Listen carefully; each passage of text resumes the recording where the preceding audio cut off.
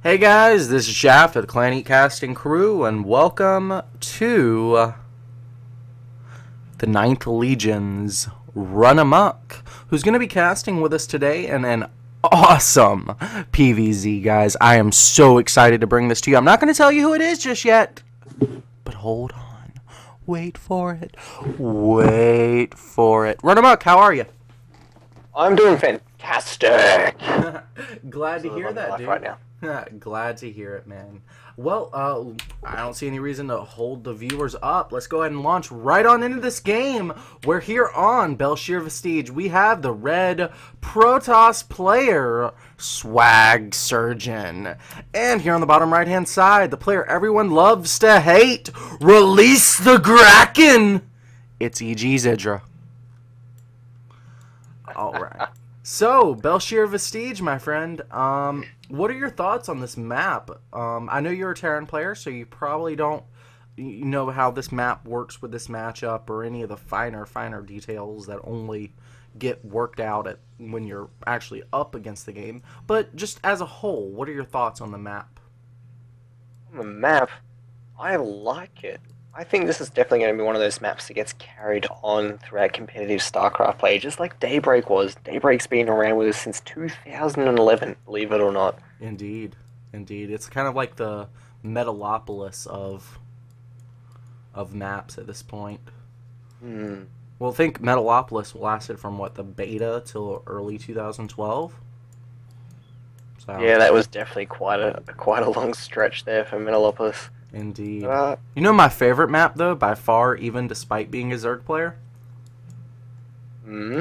Steps of War. Oh, wow. I still love that map, dude. Well, so old. I watched a game the other day that was kind of like the highlight reels of Wings of Liberty. Steps of War was on there where, I forget the actual names, but the Zerg player just maxed out on Banelings, like quite literally had like 113 Banelings. Wow. And this Terran player had like a siege line that expanded through at least 2 screens. And the Banelings just kept rolling in. And rolling. Nothing stopped it. It was ridiculous. I bet, man. Those games were out there, that's for sure. Now, we do have a pull first build out of EGIdra, where his opponent going for a Nexus first, now throwing down a Forge. Now, the question becomes, does he want to get a Gateway before the Cannon, or is he going to go for the Cannon first to be a little bit safer? Of course, he did go for a Pylon to go ahead and harass EGIdra just a little bit, make him, that more vulnerable to the EGIdra Rage. Maybe he's hoping for an early GG. Oh my god, hallucinate! Bye. Okay, anyone that didn't laugh at that really needs to go back and watch the GSL. I'm thinking, I've got an idea of it in my head. I think I know what you're talking about, where, I'm not sure of the exact play, but someone hallucinated a bunch of units, and EGIdra kind of just looked at it and went, oh god, and then left the game. Yeah, he thought they were real. Didn't even fight it. He just said, oh my god, fuck you, your race is imbalanced, bye. Yeah, it reminds me of the game he had versus MMA, when the MMA was kind of being a shining star coming up within the StarCraft 2 community, and it was the game that MMA shot down his own command center, and then proceeded to go for a nice siege line.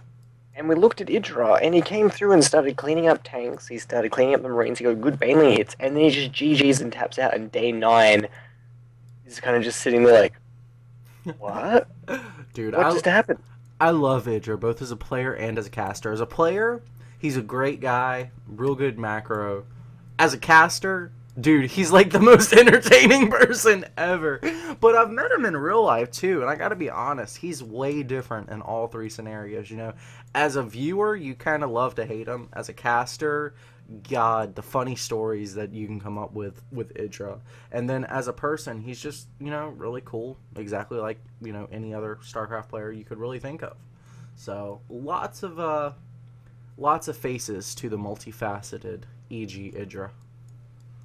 Now we do So have, interesting.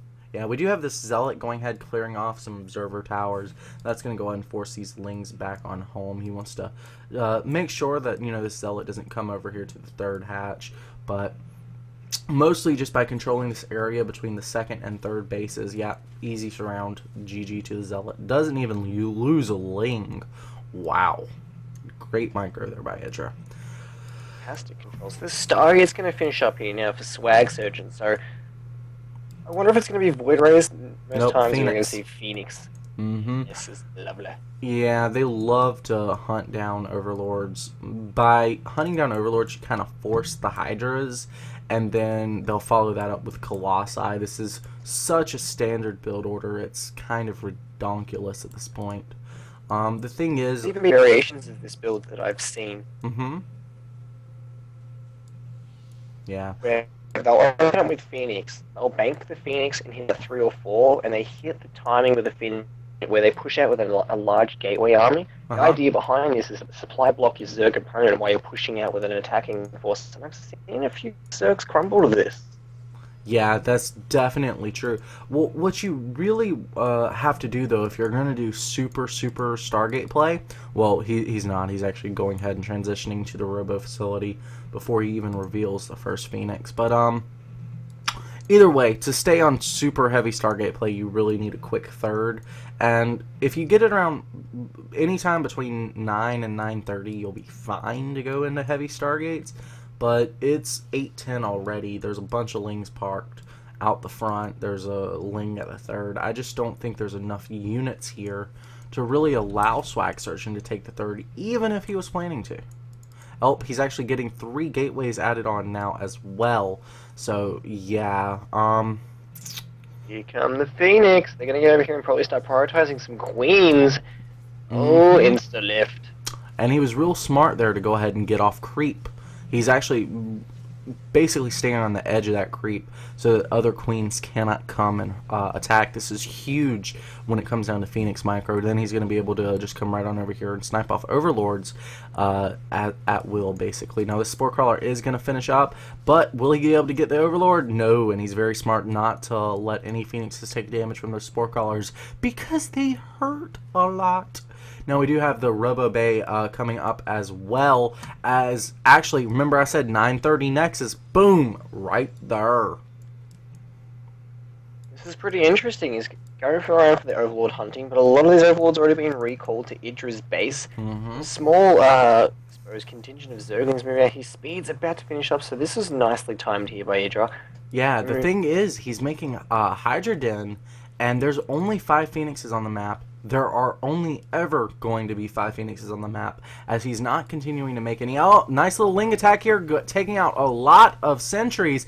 Oh my god, these are good force fields. Gonna basically keep the Lings at bay, but how long would they last? Okay, the force field's going ahead and expiring at this point. The third base is safe at the moment, but the Lings are gonna wrap around here. Well, actually, it looks like he's just going to wait for some reinforcements before applying more pressure. But, yeah, when one you... thing I've noticed from Idra is he's actually down on queens. Go have a quick look at his natural base. I've got a queen now transferring back here as I say that, so one of those really awkward situations, but he was actually missing injects. Well, that's part of the Phoenixes, is they'll kill off more queens than you have hatchery, so if you actually get like 2 queens versus 3 hatcheries, say you started with 4, they kill 2, well, now you're behind on injects, and that's part of the damage. But another part of the damage is, again, these Hydralisks. So he's got a Spire about a third of the way done. That's going to allow him to switch into Corruptors when he sees these Colossus, and he actually sees the Colossus now. The Hydras have not even really engaged in a battle yet, and he has already got the counter for it. This is kind of the mind game of ZVP, is when do you get Hydras and how many do you actually get? Yeah, fantastic DPS units. He actually got muscular augments as well, so his Hydra's now got that 25% movement bonus off of creep. So they're going to be able to dip and dive and wrap around the map, which is Belcher Vestige at its best, with so many attack opportunities too. I suppose if EGIdra commits to this kind of unit composition, it's going to be really strong. Yeah, well, the thing about movement speed is it'll allow you to split a little bit better against Colossi, so that, because, I mean, think about Hydras. They're really small, so they clump together, they like to form arcs, and when they don't have movement speed, you don't exactly run them away from Colossus. So Colossus is like the perfect counter to that. And that's why you see this push coming out. This is a really small Protoss army, but it's going to be very effective simply because of the Colossi. Yeah, he's basically utilizing a unit composition, a lot of light units here. EGIdra being very smart here, looking to go for the counterattack. SwagSurgeon hasn't finished off his base just yet. It does look like he's going to possibly lead it to bleed out for a bit, maybe think EGIdra and putting him in a false sense of security about having this base here, and then come back and strike it again once it starts to drone up, or even the potential here for the army to return home. But here we go, going to be another big battle here. Guardian Shield's going down.